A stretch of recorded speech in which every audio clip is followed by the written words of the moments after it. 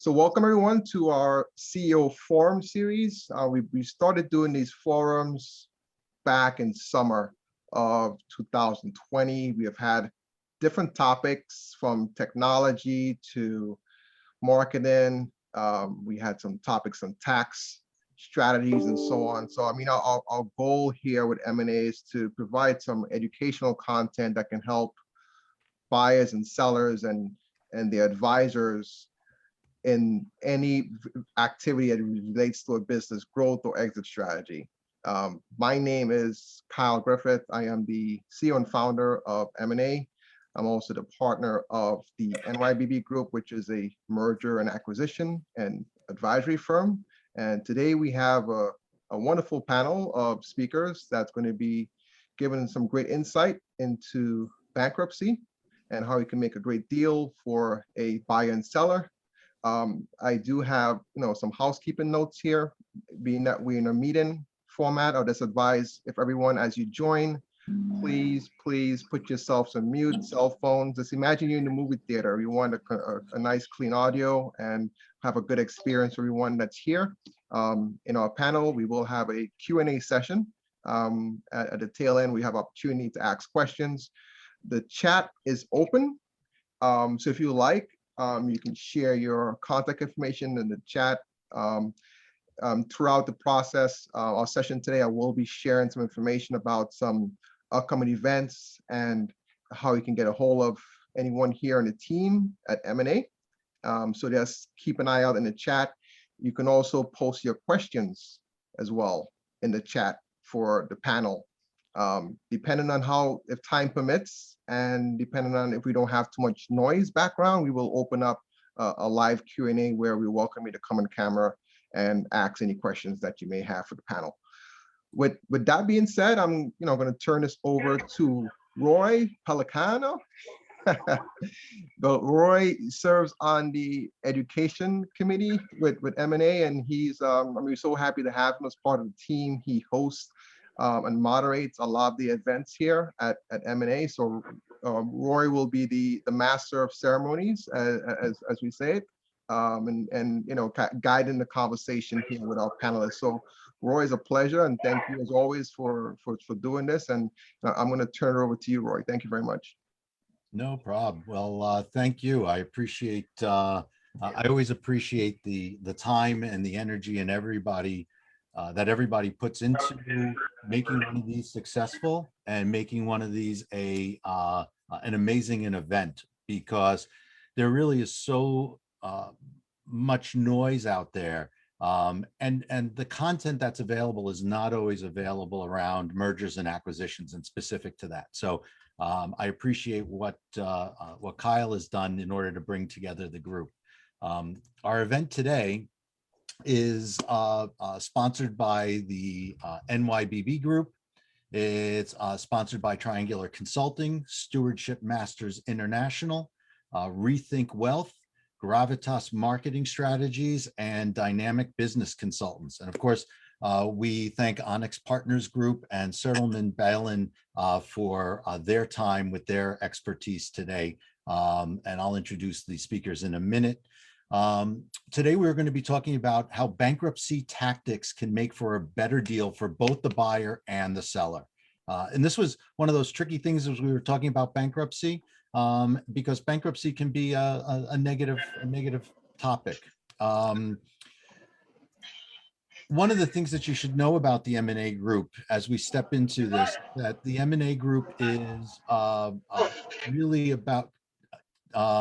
really about pulling together trusted professionals to help a business owner who's in a growth mode or who's looking to exit in a short period of time and needs that advisory support. Through these events, time and time again, we've heard from CEOs how important it was to have the right team in the room. And oftentimes that team needs to be supplemented by external support. And that's really where M&A Network comes into play.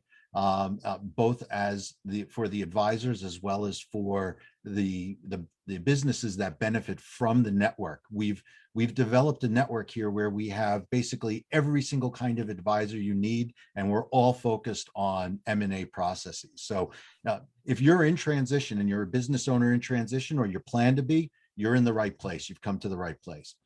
In addition to today's event, we are going to have an event in a month on May 27th. We're going to be talking about 3 ways that you can fail at your business exit and how you can avoid them. That's going to be on May 27th. And Austin, if you're ready, we will talk about that. Yeah, great. Thanks, Roy. My name is Austin Bransgrove. I'm a managing associate with Rethink Wealth. And in May, Joe Malizio and I, Joe's a managing partner of Vishnik McGovern Malizio. He and I are going to be reviewing this topic of why exits fail and how to avoid them. I think an analogy is really helpful. Analogies are always helpful to me when we think about this stuff. I don't know if anyone recognizes this picture, right? But this is Mount Everest, right? Tallest mountain on Earth. And I actually looked back because I was curious a while ago and found out that over about 100-year period, there were just over 200 people who died on Mount Everest, right? Which is exactly what we all want to start out our lunch hour thinking about. So interestingly, 15% of those deaths occurred on the way up, and over half of them actually occurred while people were going down the mountain. The rest were somewhere in the middle at a camp or something, and accidents, something like that. But 56% of deaths occurred on the way down the mountain. And according to the NIH, this is actually a common rule in mountain climbing, that more people die going down than they do on the way up. And I think that in some respects, business exits can be similar. We just don't hear about the stories, right? We get survivorship bias in all of the stories that we're told. And so we think it's easy. We think, oh, hey, this will work out just fine. And that's what Joe and I are going to be talking about, right? The ways that people fail at an exit, what that can look like, and how you can be prepared to avoid that for yourself. We're going to look at 2 different case studies with some real life examples. Some details have been changed to protect the guilty, but we'll take a look at all these together, and hopefully you'll get to learn from some stories that otherwise you may not hear about. Thanks, Austin. Yeah, I'm looking forward to it. In our initial meetings and conversations, it's been a very interesting conversation. I've learned a lot, actually. It's one of the benefits of being the moderator here, is that you learn a lot about all these different topics. And again, that's one of the benefits of the M&A network, is we have all these advisors at our fingertips. Today, we're going to be talking about bankruptcy tactics. We've already gone through the welcome and introduction to M&A network. We will be going through panelist introductions, and then we will be going into the panel conversation. To bring our panelists into play, first I will be introducing Stephen White, who is a partner at Onyx Partners Group, and then we will be hearing from Robert Nosek, who's the bankruptcy attorney at Certilman Balin. I myself am Roy Pellicano. I'm from Triangular Consulting, and we provide technology solutions and virtual CIO solutions for small businesses. In the M&A environment, we're often doing due diligence on the tech aspect of the business. So without further ado, Stephen, I am going to spotlight you. Good morning, or actually good afternoon, everyone. Thank you, Roy. Thank you, Eminae, for having me be a part of this. My name is Stephen White. I'm the managing partner and founder of Onyx Partners Group. We are an independent business valuation advisory firm located in northern New Jersey. We actually focus in just specifically in 4 different areas of providing pure valuation services. We focus on corporate valuations, which becomes M&A valuations, 409. We also work in the space of ESOPs for exit strategies, gift and estate valuations, and of course on the bankruptcy side, which is the reason why we're here today to discuss some of the tactics that we utilize where we are able to assist our clients in the role of bankruptcy. But it is unique how valuation can kind of tie into a number of different areas. Corporate valuations tie into gift and estate, ESOPs, obviously, and as well as in the bankruptcy side. So I'm excited about being here today and sharing whatever I can from a valuation standpoint of the things that buyers as well as sellers should be looking for, and make sure that they follow certain things and avoid little potholes along the way, because there's a reason why a company is distressed. Even though there could be some great attributes to acquiring a company, the valuation piece is a very significant one, and we'll go into more detail. So I'm excited about being here, as you can probably tell. And I'll turn it over to my colleague for his introduction as well. Thank you, Stephen. Rob Nosek from Certilman, Balin, Adler, and Hyman. We are a full-service law firm headquartered in Long Island here. We do have a small satellite office in New Jersey and another out in Hauppauge. I am in the bankruptcy and debtor-creditor rights group, and that's pretty much been the entire focus of my career. During that time, I have represented debtors, individual and corporate debtors, landlords, secured creditors, whether it's be hedge funds, regular line financial institutions, individual creditors and bankruptcies, some creditors committees. So pretty much run the gamut. What's exciting about the topic now is in the last probably 2 to 2.5 years, I've seen an acceleration in people coming to us, in large part seeking to buy assets out of bankruptcy cases. As you've seen, particularly in the retail sector, there's been a lot of filings in the last several years, and a lot of those assets are being, gobbled up by various people that want to take them and just rebuild brands. One of the things I'll be talking about is one of our clients that's been attempting to do that for the last year and a half, and kind of some of the things that we've learned during that process. But I'm excited to be here and talk to you guys today, and thank you. Thank you, gentlemen. Thank you. As I was preparing for this, and it's always funny how it works, but I could be thinking about these things for 4 weeks, 5 weeks, and then I wake up in the morning and something just pops into my head that had never come in before. And I was reminded of a Doonesbury comic from 20 years ago. And if you've ever wanted to define futility, try finding a single panel of a comic that's 20 years old in today's day and age. With all the great capabilities that Google has, either that or it's me. But in this comic, Mike Doonesbury, who is the title character, has just had his .com business crash around him. And he's talking with his partner and his manager, Bernie, and he's talking about the shame that he feels and how his life is over because his .com is just busted. And Bernie says, "What are you talking about? It was a $20 million company. You crashed a $20 million company. Next up for you is a $100 million company." So, and the reason why it popped into my brain was because I was thinking about this concept of shame and the shame around bankruptcy, and how the seller in a bankruptcy has to deal with the fact that we have this success bias in our culture.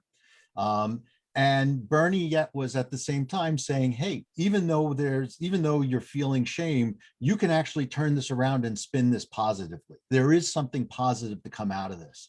And I think that's potentially an important message for the seller, for the individual who's in bankruptcy, as well as for the buyer to recognize that there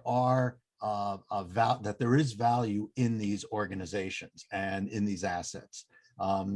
So one of the things that I wanted to do, or I wanted to ask, was in the sense of maybe one of these zombie companies that we hear about on the radio. Stephen, maybe you can tell us what you would say to the owner of one of these zombie companies, one of these sellers, who needs to have their company valued, but they're feeling all the shame and they're feeling everything associated with having to potentially go into bankruptcy. So maybe you can speak to that a little bit. Sure. That's an interesting question because it's not a simple answer. when it comes to that, because of the mere fact, and make no mistake about it, there's a reason why a company would even be thinking about whether or not they should be contemplating filing for bankruptcy. Some of it could actually just be the management, just poor management. It could also be the change of times. Technology has changed, as you know, over several years now. And if you're not keeping up with that, then you fall off the face of the earth, and that could cause your company to go into destruct.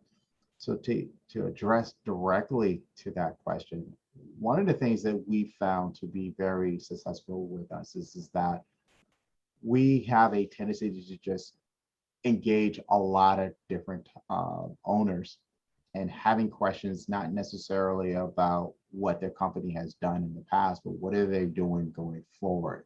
And that's more of a consultation standpoint. And before we even get into the valuation piece, I think business owners have a concept. They know what they do for a living. They know how they make their living. It's just, where are they going with this particular business? And our job and our role, even though we do valuation work, we're students of industries. So we have a basket of industries that we study over and over again. And just to make sure that when we are brought into a situation, we understand what's going on in that industry.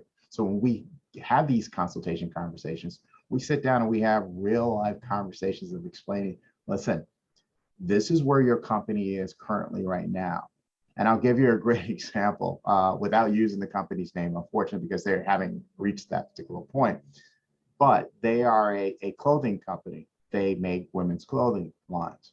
And the challenge that they ran into is that their clothing line has not kept up with the trend of the clothing lines that young women are wearing these days. And so they're just being hit, just like other retailers that have not changed and kept up with the change of times. Great product line, but they're losing customers. And so therefore it's a stress on the overall company as well.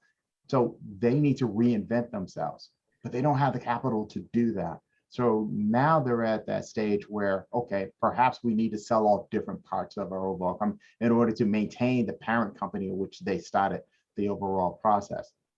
None of this would have taken place if we did not sit down and have that conversation. They would have continued to operate until the point where they just weren't able to satisfy any of their particular liabilities that they currently have. So we focus a lot of our attention of first just having that first conversation, so to speak. It's kind of like dating. The first time you meet, you want to learn as much as you possibly can about that person. And that's what we do when we are working with, not talking about valuation, just really understanding where you are, where you want to go. Even though the industries are changing, are you keeping up with those particular changes? And I think that's a very interesting point. And Robert, from your standpoint, I mean, I'm sure when you first come into the conversation, you also have a similar kind of conversation with your customers about that. How do you, from the legal perspective or from the attorney's perspective, have that conversation to, and what is it that you focus on when you're trying to get the owner to realize, or the ownership to realize, that bankruptcy is going to be the best option for them, and then advising them through identifying those assets and how they're going to potentially break up or reorganize their company? Sure. Thank you, Roy. Well, the first thing that I say to any client that comes in the door from the distressed side is that although I do bankruptcy every single day, bankruptcy is generally the last option. So when they're coming in the door, it depends on the stage that you're coming in. And what I tell the group and everybody, and this may just seem intuitive, is the earlier you know the full amount of your options, the better you're going to be able to navigate, hopefully, your way out of whatever situation you're in. Most Chapter 11 bankruptcies, which is the reorganization process, end in liquidations, whether they start out as liquidations and just done through a plan, or you get into the bankruptcy and you aren't able to get out, ends in a liquidation. And in my experience, a lot of that time is because the conversations weren't had before that last trigger point that forces you in. Somebody gets a judgment against your company. You're about to be evicted from your space. So with the consultants that are on the call, If you have a client, bring up the topic of bankruptcy earlier in the process, because invariably, if you go into a Chapter 11 and you do not have an exit plan at least mapped out, knowing that once you enter the bankruptcy, your plan could, there's lots of things that are out of your control. You have a higher percentage of actually failing in that case if you don't have that exit strategy at least somewhat mapped out and have an understanding of where you're trying to get to, what's your end goal. And so when we sit down with people, that's part of the conversation is, okay, first, let's really get to the root of your problem. A lot of times it's not the first problem that the client brings up. It's usually a secondary or tertiary problem that you have to distill down to. But once you get there, you want to just have that discussion with them and get to the point of how, if we're going to go into bankruptcy, how are we going to exit? And so you're going to be looking at your secured creditors if you have those. How many different issues? Sometimes clients have a single issue that you have to address. Sometimes you have multiple issues. But the earlier in the conversation you have that and bring up at least what bankruptcy can do for you, the more possibility you have for success. That's on the distress side. On the other side, the people that want to buy assets, that's a completely different discussion. And that's more, they're looking for value. And a lot of times the assets that are sitting in a bankruptcy or are sitting in a company that is so distressed that it has to go into bankruptcy, you can unlock that value through the bankruptcy process and get them, basically clean assets through a 363 bankruptcy sale or a plan of liquidation. So what I hear both of you guys saying is that bankruptcy is really a strategic process. There might be a tactical component to it. You're forced into it by a judgment, for example. But even still, there's a strategic need and a strategic value on both the buy and the sell side in relationship to the bankruptcy process and how you have that with the customer. So I think that's interesting. I think it's interesting that you guys have to bring those people, bring the customers into the conversation around how do you do this strategically. So that leads me to the thought about risk. How do you address risk in this sort of very strategic fashion, both from the buy and the sell side? So I don't know who wants to take that one first. But this concept of risk with a distressed M&A process, how does that look like for, let's take the investor. How does that look for the investor side? I don't know, Stephen, maybe you want to take that one. Yeah, I was just wondering, Rob, I didn't know if you wanted to jump in there because we may look at it a little differently from a legal perspective and also from a valuation side. And perhaps this might be one of those things where we just kind of go back and forth on this one. When I think about risk as it pertains to distressed companies, let's look at it like this. As I mentioned in the very beginning, make no mistake about it, there's something unique about the company, that the reason why you're looking at it, but there's something that has caused this company to become distressed. So therefore, they have a responsibility to their creditors, right?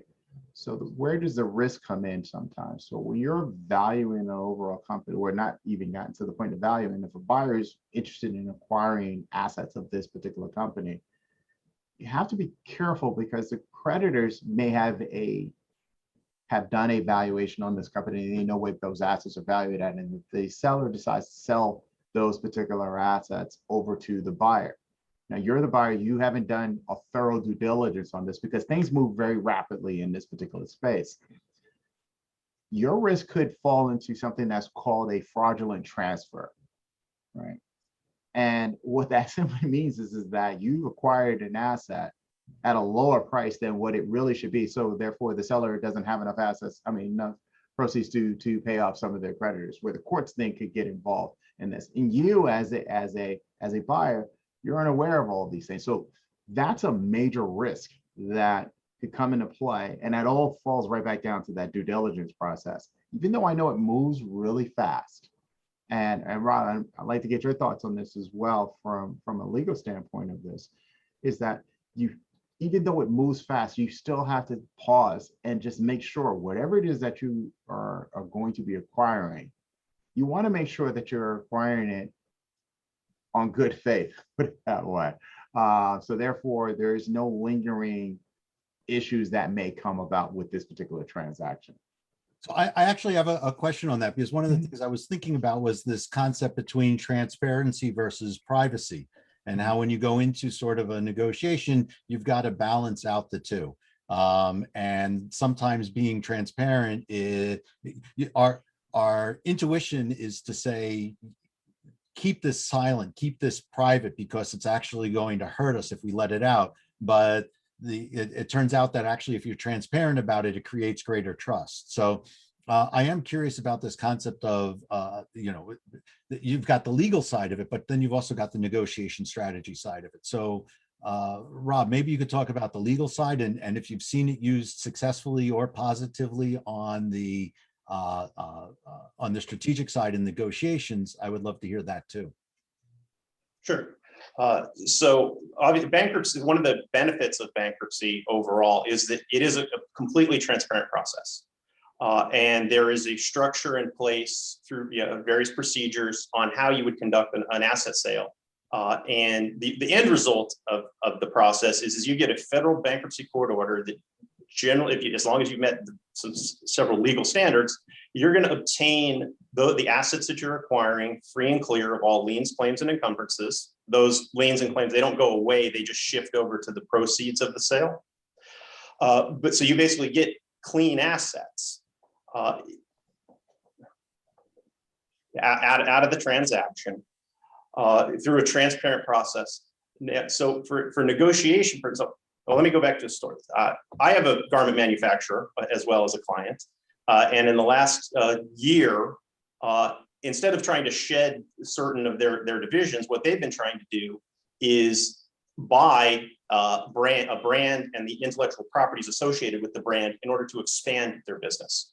And one of the transactions we were recently involved with is the Lord & Taylor, very famous retailer that was also associated with was owned by a company called Le Tote, which was a tuxedo, I guess, a rental company, but owned Lord & Taylor. Obviously, Lord & Taylor was not able to make it. They went into a Chapter 11 and conducted a sale process. Generally speaking, comparing inside bankruptcy to outside bankruptcy, the due diligence process tends to be shorter, but they do tend to be fairly fulsome. They all set, particularly the bigger companies, they'll set up data rooms. So our guy came to us and says, I want to bid on this asset. So we engaged with debtors counsel in negotiations over an APA. One of the things when you're dealing with some of these larger companies and trying to acquire the assets out of them is the form of the APA is actually, for the most part, a form that they have, and you just pick at the edges on what you think are important, in part because your big issue is you just want to get the assets out of there for a good price. One of the things you build into the negotiations is bidding protections, which is one of the advantages of being a stalking horse bidder. You do have all of this outside of bankruptcy, but again, in bankruptcy, you're able to extract assets out of a failing company free of whatever problems that they have or issues that they have, so that you get them as clean assets, set them up in your own company, and then move forward, hopefully to rebuild that brand. And so some of the stalking horse protections, for instance, you can sometimes get an expense reimbursement, sometimes a termination fee. In our particular case, we were able to successfully negotiate a stalking horse contract. We were the initial lead bidder going into the auction, and with protection if we weren't the successful bidder, which unfortunately for us on this one, we were not. We bid aggressively, but the owner, the person that ultimately bought the assets out of this, and we were just bidding on just the brand and the intellectual property and some website backbone, hardware. They ended up buying all of that, plus they bought a fully functional distribution center that was fully equipped.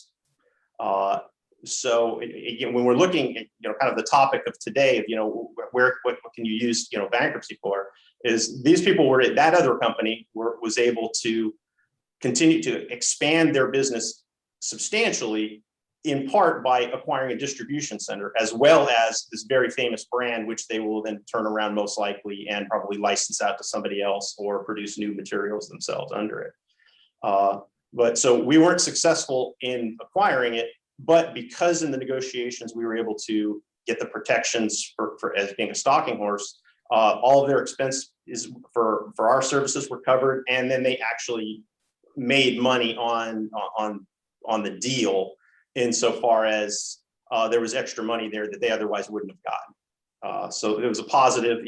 The auction process was great for the seller because it was assets that they had not been able to sell outside of bankruptcy. And then they ended up getting a substantial amount of money, far in excess of what we were willing to pay. Question: what is a stalking horse bidder? So basically, the stalking horse is you enter into a contract that's subject to bankruptcy court approval and basically being subject to higher or better offers and be subject to bankruptcy court approval. Those are generally the two conditions that you have in bankruptcy sales. So stalking horse, basically, we're the opening bid in effect, and if no one else shows up, we get it for the price that we negotiated. It's called stalking horse because we're leading the market, the market for that particular asset and encouraging people to come in and top our bid. Hey, Rob, I'm just going to jump in. I want you to continue on this, and I love the fact that you brought up the stalking horse because I know that is a part of the 363 sale, which is a part of the overall bankruptcy code. I just wanted to add that part in there because I think some of our audience may not know exactly where does that bidding process actually even come into play. So go ahead. I'm sorry. Go ahead. For you and I know we'll just talk about this all day. As you've also brought up the 363, if one of you guys could explain what that is in relation to the chapter 7, 11, and 13 as well. We're throwing out a lot of numbers. I know. I just want to make sure that we explain it since there's a lot there. I'll take a stab at that, and hopefully I will not get too wonky. I'll try to do this quickly. For this group, you can pretty much throw out probably chapter 13s. Those are for individual debtors, and those involve a repayment of a portion of your debt over time, 3 to 5 years. Chapter 7 is for companies and or individuals, but focusing on the company side. You file your case into under a chapter 7, and all you are is basically the minute you file, you close the doors, lock the doors, and you take those keys and you hand it over to a chapter 7 trustee, who then will turn around and liquidate the assets, or if they can. I've always worked for panel trustees. It's a panel that's appointed by the Department of Justice. They're individuals that get appointed in each of these cases, and their role is to find assets for the company. So whether it's inventory, real estate, a lot of times it's just litigations that you may have, either claims you have outside the bankruptcy, or the bankruptcy code gives you certain claims that some of you may be familiar with, preference actions, and then fraudulent conveyances. Chapter 11 is, generally speaking, it's a reorganization process, though you are also allowed to liquidate through a plan. Basically, a plan think of it as a plan is the contract with your entire group of creditors. I mean, one of the positives of bankruptcy, particularly for companies that are maybe engaged in multi-front wars that are causing distress and bleeding money into attorney's fees, is filing of the bankruptcy stops all of the outside noise and concentrates everything into a single court, brings everybody to the same courthouse, as opposed to outside of bankruptcy, where it's generally everybody's racing to the courthouse to get there first, the first to get their judgment, the first to get the eviction. So bankruptcy filings brings everybody into the same court, puts a pause through the automatic stay so that people can't continue outside of the bankruptcy court. And it brings everybody to a big giant table. And the idea is, and particularly in a chapter 11, is that you hammer out a plan, which is a written document, and it becomes a new contract between you and all of your creditors, that if it's confirmed, i.e. approved by both the creditors and the court, that's your exit strategy. That's your pathway out on how you continue on in your business and provide for how you're going to pay each of your individual creditors over the process. So if I can just interject there. So chapter it was 7 is the liquidation of the assets, and chapter 11 is a reorganization. It is a reorganization. You have the yes, it can be a reorganization. You are allowed to liquidate your assets in a chapter 11. The biggest difference between 7 and 11 from that standpoint is who's in control of the assets of the business. In a chapter 7, management is no longer involved, though they have to cooperate with the chapter 7 trustee. In an 11, unless you become what's called a debtor in possession, and you stay in control of your assets. So if you're a business, for instance, you're going to continue to operate your business as you would while you formulate this plan. Under chapter 11, you are allowed to use chapter 11 to do liquidation, which just means that you stay in control of the liquidation process. Right. So just one other thing to add on. And the 363 comes in where? In the chapter 11, but there was one thing I wanted to add on to the chapter 7, and this may help clarify a lot of things for people as far as that liquidation. Chapter 7 is the forced liquidation of your assets. So therefore, you've heard the terminology, you're getting 10 cents on the dollar on your overall assets. You're going to get whatever is actually acquired or whatever the price is that you're going to sell your assets for through a chapter 7. So you're being forced into that situation. To Rob's point, as far as the chapter 11, now you get a chance, you get that at stake, so you can get a chance to breathe. The court appoint you a trustee to be the executor of your company. Even though you're still the business owner, you get a chance to operate the overall business, but just keep in mind, as a business owner, you still can't make decisions unless it's approved by the court. So if you want to sell an asset, you still have to have that approved before you can actually do as such. Even if you think it's for the best of the overall company. So in chapter 11, you're reorganizing. You still can sell off different things to keep the business going. It could be a division of the company that has been draining the company, or a division that it just didn't fit perfectly with your overall company when you made that acquisition and 5 years ago, whenever you did. That may be the piece that's pulling your company down. Well, based on the way that chapter 11 is in reorganizing, you may be able to sell that division off based on the approval of the overall court. And that could be a lifeline for your company as well as the company that you're actually selling off as well. So I just wanted to add that point on. They're two distinctively different things as far as selling your overall assets. The assets that you sell in chapter 11, you could potentially receive a fair market value for that overall asset that you're actually selling, whereas in chapter 7, you're getting whatever you can back for those. And so, I mean, one of the things that I'm hearing is that you may have some choice over bankruptcy, which direction you go in. You may not, right? But there is an exit strategy to a bankruptcy, which might be different from an exit strategy as related to an M&A sale. So, you know, and I'm not sure how we want to parse that out, but I would be curious as to, from a bankruptcy standpoint, what does an exit strategy look like coming out of bankruptcy? Sure. So one of my most recent cases is a company, and I'll name it because it's a publicly traded company, and we went into bankruptcy and we're now out. It's called Biorestorative Therapies. It's a clinical stage biopharma company that has no revenues because it's still in the development stage and the clinical trial stage, or preclinical trial, actually, where they're at.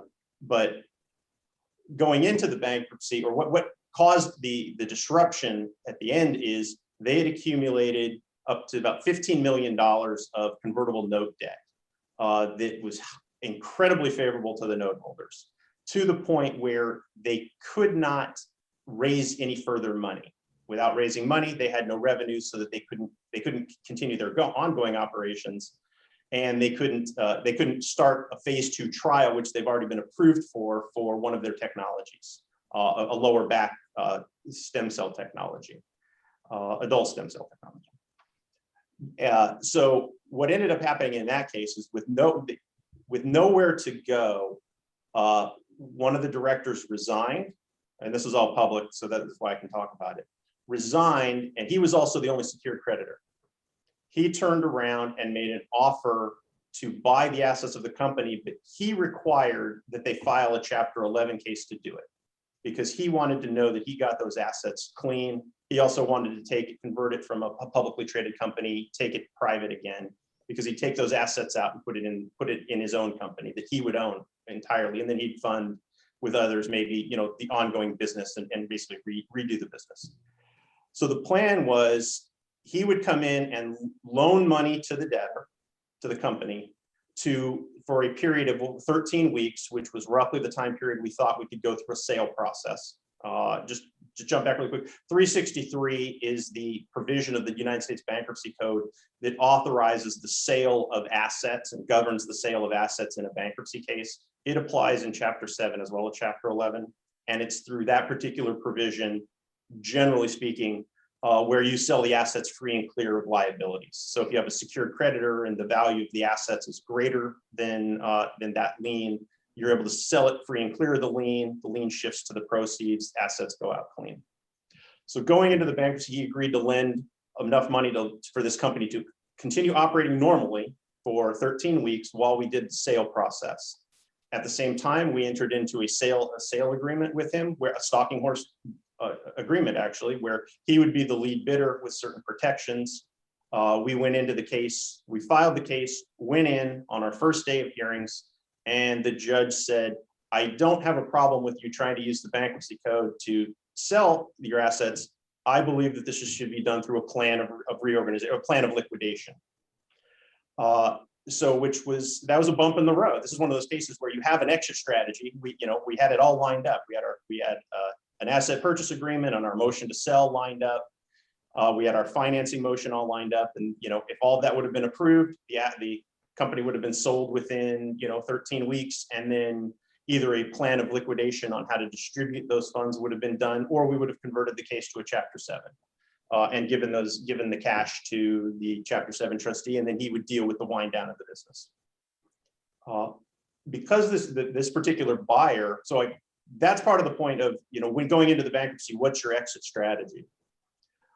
We went in with one strategy, and the buyer didn't want to go the path that the judge was kind of, was recommending that we go, not recommending, that's not the right word, but indicating that he would prefer to see. He wanted the creditors to be able to vote, because that's what you do on a plan, is you have a vote of creditors, and let the creditors decide whether that is the path for winding up this company.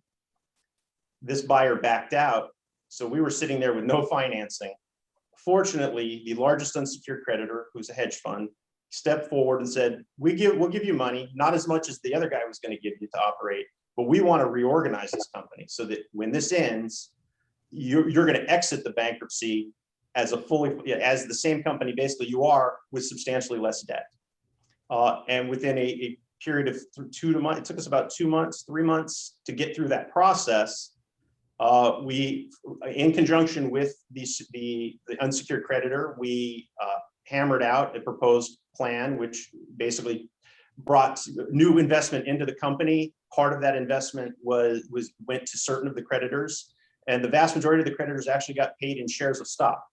We were able to keep it as a publicly traded company and with existing equity surviving. So typically what happens in Chapter 11s is, if you have whatever the equity is, it tends to get canceled, and then new equity gets issued at the back end.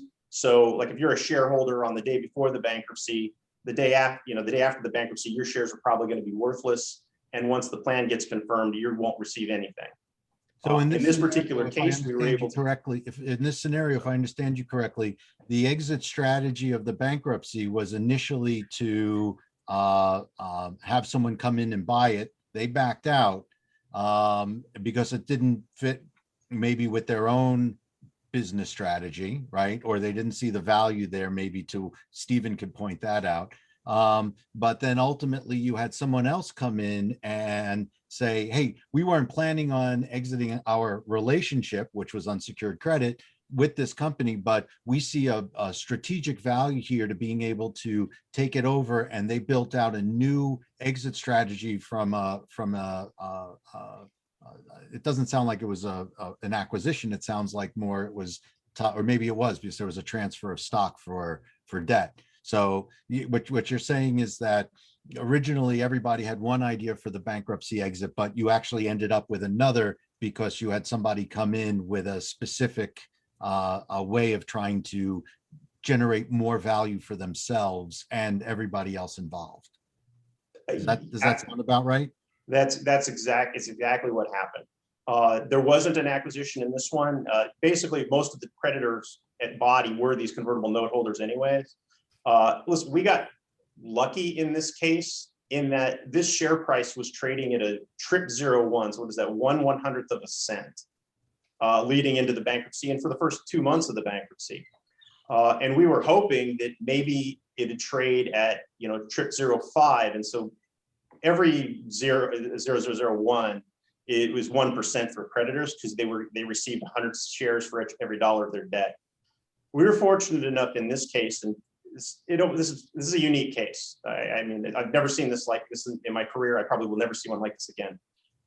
When we came out of bankruptcy, when we were on the path and it looked like the plan was going to get confirmed, the share price shot up to 3 cents, which may not seem like a lot, but when we came time to do the effective date, which that's when you implement the provisions of the plan that give the creditors what you tell them you're going to give them, most of these creditors, depending on when they were able to sell, probably recovered more than they were owed, because they only had to sell at 1 cent on the dollar to recover the full amount of their claim.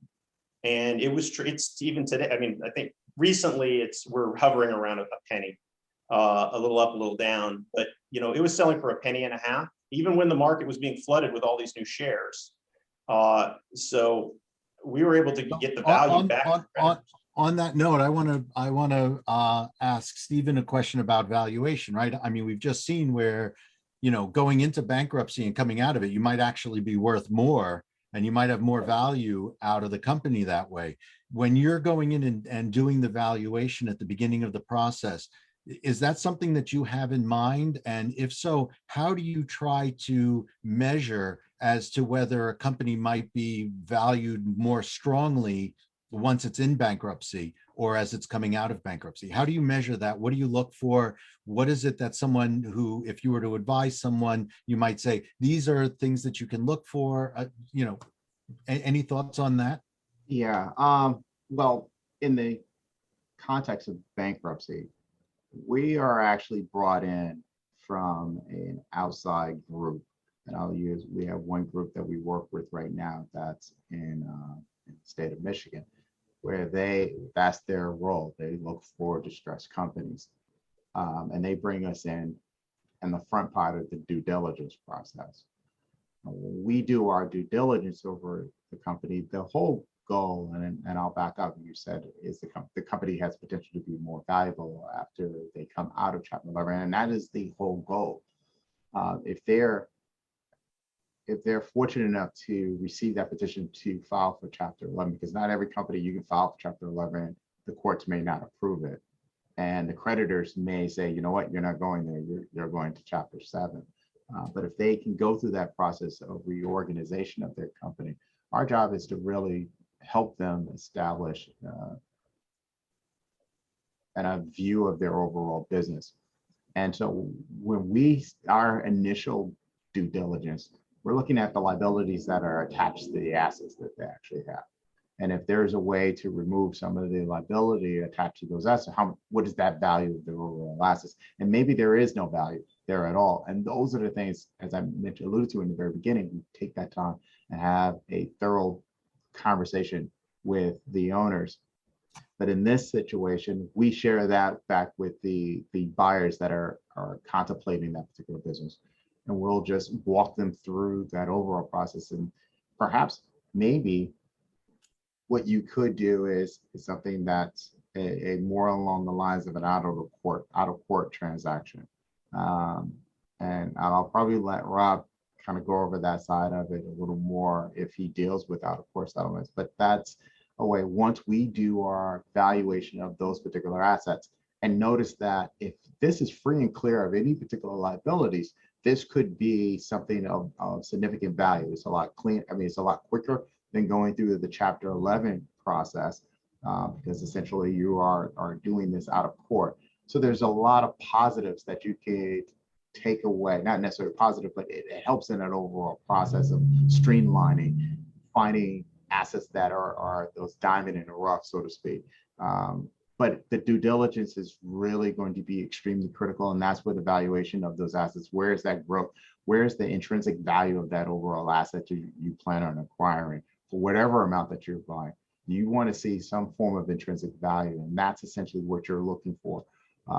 And that could be something for buyers to really think about as well. Yes, we've talked about Chapter 11 and buying assets there, but there could be a process that you could do it as an out-of-court transaction as well. But you just need sophisticated people like Rob to be there with you to help you walk you through that overall process. Just because the asset looks great and you can buy this free and clear of all the liabilities there are still some legal ramifications behind that as well, because of the mere fact that it's being held outside of the bankruptcy court. So there is no warranties or anyone there to come back and say, all right, you had some other issues that were attached to this asset that the buyer just didn't know about at this time.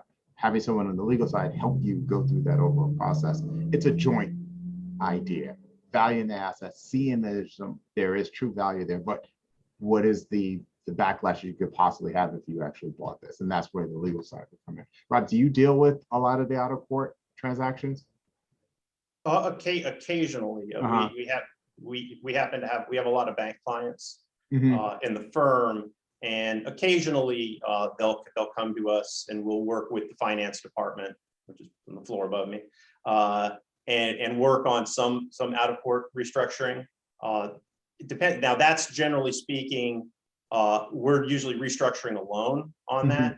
A full out-of-court restructuring is really difficult. And again, that's one of the benefits of bankruptcy is outside of bankruptcy, nobody has to come sit at the table. Right.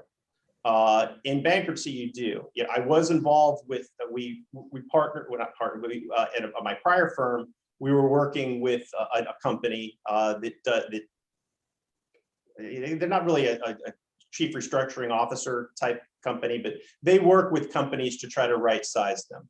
And what we had was it was a manufacturing company that had a full plant, a full manufacturing facility out here in Long Island in one of the enterprise zones. But because of the state of the industry, which the stuff that they manufactured was all the kiosks and things for retail stores. So for instance, one of their big clients at the time was Disney stores. Because of the way that business, the manufacturing side of that business and the interaction with their customers were, a lot of times they would be forced to build the stuff and store it for extended periods of time, taking up space in their warehouse that they couldn't use for other things. Anyways, in that particular case, on the legal side, my prior firm handled it, and then we brought in this other gentleman who he was able to basically get all of the creditors into a room, and in that one, we were able to do an out-of-court restructuring, where at least with the, we had already had separate deals. We were working with the secured creditor, basically the lender in that case, to continue the company. One of the ways that he ended up right-sizing this company is that they went to the fabless model, which most of these manufacturers are anyway.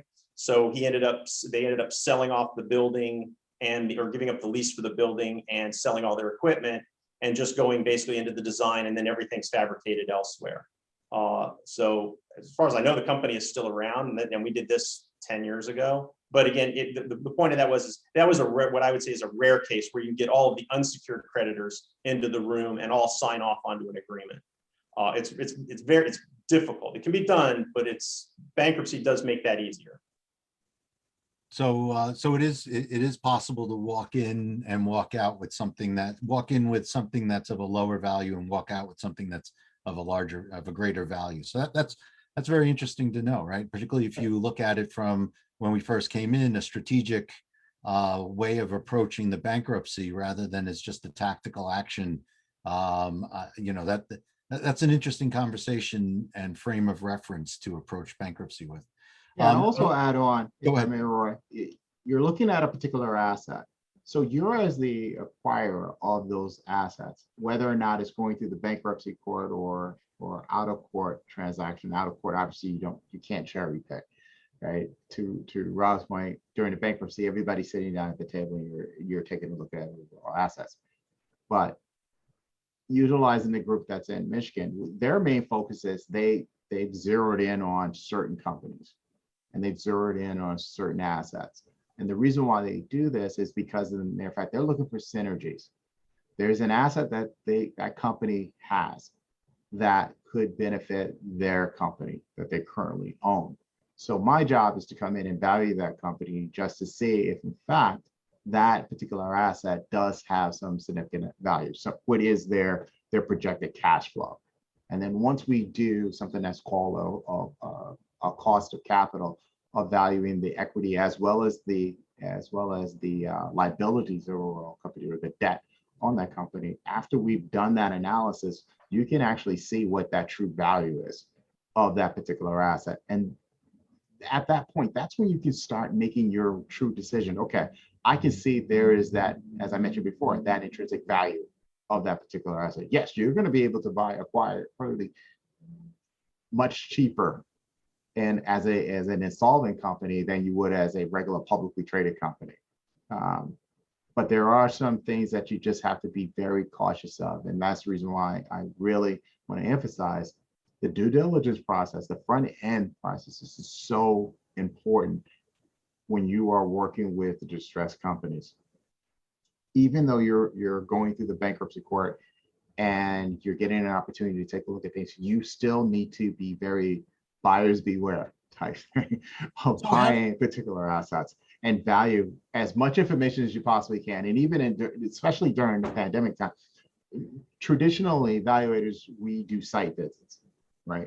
Even though this process has to be done very quickly, you're still allowed to do site visits. You're allowed to interview the management, understanding their product, understanding their customer base.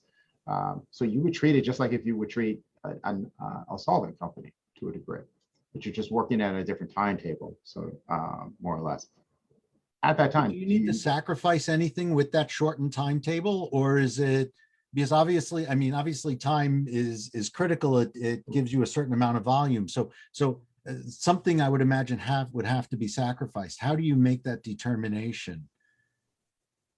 It depends. And I know that's not a great answer. No, but it's the reality, right? Yeah, it just depends. It depends on whom the buyer is also. Buyers, sometimes they can have a lot of appetite for risk. But then you have some, they are very critical thinkers. And so if they feel as though the timeline is becoming too short without them doing a thorough, the group that I was referring to in Michigan, they'll pass, because they feel as though that is just too much risk for them to take on, to bring on something that and oftentimes that they have some things in their portfolio have not panned out well. I will say that even after the due diligence, it just did not work because of the mere fact that they thought that synergy was really there and it wasn't. But more times than not, they've done a really good job of just taking their time to do the due diligence. On the other side, there are some investors that will say, all right, look, it's a distressed asset already. There's a reason for it. We're going to try and see if we can clean it up. You saw some value here, whatever that fair market value is of that particular asset, we'll pay for this, bring it in, and then we'll take that cash flow projections and incorporate it into our overall business. If it doesn't work over the next 3 years, that's our break-even point, and then we'll decide that we'll part ways with that particular asset, and then they'll sell it off to someone else at that point. So it really depends. And what you're also saying is it may not even be that important, because Right. You're buying it with a plan that it may not work out, right? You've done the risk assessment and you've already put in place, in essence, a stopgap or a stop level. Some do, yes. They Where- have that put in place for the event that this particular transaction just did not work. You know, something that you said, and I was trying to write it down, and it made me Just want to think make about it, is one point, from guys. We the- just hit the 1 hour mark. Oh, I'm Um, sorry. if we can lead into the Q&A, get some questions from the guests, from our attendees here. There's one question that came in from, I believe, Ezra, and she wanted to discuss the fees. She said, what are the various fees from the bidding process until actually closing on the purchase of assets? I don't know if Steve, if you want to take that one. Closing, let me just understand the question. That may be more of a Rob question. And Ezra, if you Yeah. want me, if you would like, you can actually come off mute, and if you want to ask that question directly, so Rob understands your question. Is what I have here is, what are the various fees from the bidding process until actually closing on the purchase of assets? Yeah, I'm the gonna whole process for the due diligence process until the acquisition, basically. Thank you, guys. Also, great presentation. So from my aspect, it's going to be client by client for a part of it. I'm going to go back to the garment manufacturer that wanted to acquire the IP. In that case, they did all the due diligence. Our firm did not do really any of the due diligence. They went in and they went into the data room. They had the conversations with the investment banker / marketing team for the debtor to get all, to see what they were looking for. I did do a limited amount of due diligence on the IP side just for registration purposes, and actually found something that we were able to negotiate into our contract to address, because somebody was trying to claim ownership over one of the IP brands that we were acquiring. In that particular case, the fee, you're probably looking at that, that was, $10,000 to $15,000 for which was probably about a 30-day process. But in part, that was one of those things where the client came to me like 2 days before the bidding, had to be submitted. So it's like, basically breakneck speed to get everything done, just so that they could be, in position to be the stalking horse bidder. It honestly is going to be case by case. I was involved in the sale of Photo Circuits. If any of you are familiar with that company, it was in Glen Cove for many years. At one point, it was the second or third largest printed circuit manufacturer, if not in the United States, in the world. It had been going on for years. That unfortunately hit hard times because of that industry. Most of their business had been offshored, and at the time they were not into the military. They were only consumer, which was driving them down. That was an expensive process for the buyers, of which we had 2 potential buyers. My firm represented the debtor in possession and ran the sale. That was extensive, but then you're buying a turnkey business. So there's obviously going to be a much higher level of due diligence. Now that was we sold that for, I think, $35 million. A lot of that was the real estate value. If you're looking, depending on what you're trying to acquire, that's going to drive the fees. Are you driving, are you acquiring, maybe somebody's got a couple of locations here on Long Island that you want, you're a competitor and you want their locations. If it's a couple, that's a couple of locations, maybe your costs are going to be one thing. For my guys, we were just acquiring brands and intellectual properties. So there wasn't a lot of due diligence involved. Quite honestly, I'm sure the guys that ultimately won, they spent a lot more on due diligence because they bought a building. So you've got, when you're buying obviously real estate, as some of you have been involved in, you got environmental concerns, so you might have another expert that you have to bring in. So those costs do accelerate. Another question came in for you, Robert, and it's actually, I had a similar question as well, but essentially, you want to know, have you seen an uptick in bankruptcies because of COVID, and what are your thoughts in the coming months? That's Kyle, thank you, and whoever else asked that question. That's a great question, and actually, I didn't get to intro, but I did actually look up some figures this morning. Generally speaking, we here are not seeing a large uptick yet, and the biggest reason is, as many of you see this, there are moratoriums in New York State and across the country, and actually at the federal level, of evictions and foreclosures for a large swath of businesses. For New York State, so we are not, and that's usually the big pressure point, particularly for the people that are distressed and on the verge of just going out of business and closing the doors. There's a judgment that's already been entered or looming that's going to be enforced, or I think somebody at the top of the call presentation did mention restaurants. The big thing with restaurants is people get behind, they can't pay their rent. So, obviously if you're evicted, that's your whole business. You're out of that location, your business is closed. So right now we're not seeing that pressure on the people. So they're not coming to us yet. Now, I would obviously say, if you are consulting with, for people that are in distress, bring up bankruptcy to at least have it on the table now before those moratoriums get lifted. Because once those moratoriums get lifted, everybody's going to rush to the courthouses. We have a full litigation department here, landlord tenant, for instance, and a lot of the courts have been slow, obviously because of COVID and pandemic. So it's slowed down the process, and they have clients that they're ready to ramp up. You've got a lot of, for instance, of landlords who might be a single building or a small building, a couple of buildings. They're under a tremendous pressure right now because if people aren't paying their rents, because I had a discussion with somebody. I was just kind of as an aside. One of the other things I do is some leasing work for cell phone realtors with a partner here at the firm.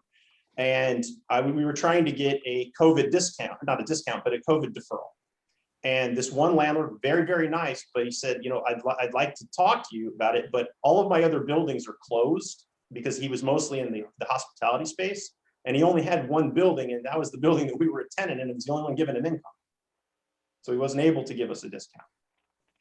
So you do have a lot of that. As far as filings are significantly down right now compared to this time last year.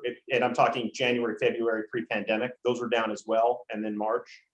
But again, we are expecting, third quarter, fourth quarter, probably acceleration. Again, it's going to be driven by, some of those moratoriums, and that's focused on the small to medium-sized businesses. Larger businesses obviously have other concerns. I think you still have PPP money that's available, I think through maybe the end of this month. So that's been helping people get by. So they haven't really been feeling some of that pressure. Yeah, and what's going to happen with this new restaurant revitalization fund is they're going to, for restaurants that had seen a loss in 2020, they're going to get a significant amount of money that might allow them to pay off those, that landlord, to keep them in line.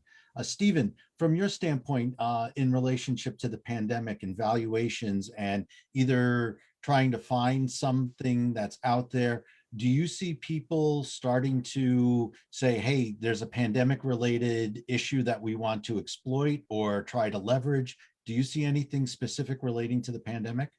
Yeah, that's an excellent question, actually. And as Rob was discussing about a couple of the areas of where you're seeing more activity in the real estate market. So I guess this time last year, the whole conversation was there were going to be an enormous amount of companies filing for bankruptcy. And so kind of like betting, I placed all of our wagers on this is where we're going to spend the majority of our time, is on the bankruptcy side. And the reality of it, and he and I were chatting about this last week, I said the reality of it is that really just never came to fruition. There are a lot of companies that have been trying to keep things going, moving. Yes, there are a lot of companies that have closed their doors. And I want to make sure that I'm very clear on that. But from a valuation standpoint, we haven't been called in to do as much as I thought that the environment would have turned to. Where we were called on for assets, more along the lines of the assets that are being just sold off, not necessarily through bankruptcy, but more the out of court settlement transactions. As we moved into the beginning of this year, one of the things that I've noticed is, and I referenced this before, is just studying different industries, you're starting to see different trends. So wherever the private equity money, from our standpoint, wherever the private equity money has been flowing, that's where we've seen a lot of interest in that particular area. So we've seen a lot in the retail space. We've seen a lot in the oil and gas space. We've seen a lot in the automobile industry. And if you notice, they all start tying into one another. So different groups that we've worked with are providing different types of valuation. It's following that particular trend. So if you're a buyer out there, and if you're not trying to build a particular portfolio of companies that have some type of synergistic connection with them, but you know that could be some potential value follow, I would recommend just follow the private equity money wherever they're raising capital for different types of industries. That's typically where the next wave is going to come in. And that's where our services have been utilized, of just valuing different companies, not necessarily just from an asset, but just overall the whole company, of valuing those companies for different transactions to take place at that time. So it's a unique, from our standpoint, it's a unique trend where we originally thought that there was going to be a lot of filings and that we're going to do a lot of the reorganization from a Chapter 11 standpoint. We really don't do Chapter 7, but we really focus on the Chapter 11. And then you have the Subchapter 5, where the debt is a lot lower. I think believe it goes up to 7 million and below for the amount of debt that you can have on your books to file for Subchapter 5, which is a lot less expensive than going through Chapter 11. But now that trend is starting to open up, where you're seeing more and more on the industry side that you're able to start acquiring businesses now more at a more attractive price than you would have before, based off our valuations. So it sounds like it'll be interesting to see what happens over the next 5 years, see if there's a lingering effect, a long tail that I do believe occurs. that, yes. So it's interesting. I do want to move this along. We are getting to the end. I am very proud of you guys. Thank you so much for joining us, Stephen and Robert. It is wonderful. Pleasure. And what I'm proud about is the fact that we were able to avoid COVID until the absolute last end of the whole thing. Which means that we were able to provide, I hope, real value to everybody. In talking about real value, in the line of Dr. Dan, who's one of our Eminae members, we're going to be on May 27th at 12 noon, selling you mistakes so that you don't have to make them. So if you want to buy a mistake and you want to be able to avoid making that yourself, you want to come see Austin and Joe talk about 3 ways that you can fail at your business exit, but we're also going to tell you how you can avoid them. So with that said, I think, Kyle, you're going to move us into breakout rooms so we can have a networking session. Definitely. And this is such a very informative session. Thank you all. Thank you, Robert, Steve, and Roy for moderating. We will send a copy of the recording of this for anyone that missed. I know 1 or 2 of you guys came in late, so get a chance to catch a recap. At this point, we have a lot of folks that are still here that kind of stayed with us in the duration of a meeting. So I want to give everyone an opportunity to connect and network. And maybe if you get lucky, you might even get into one of the rooms of one of the speakers and connect with them directly.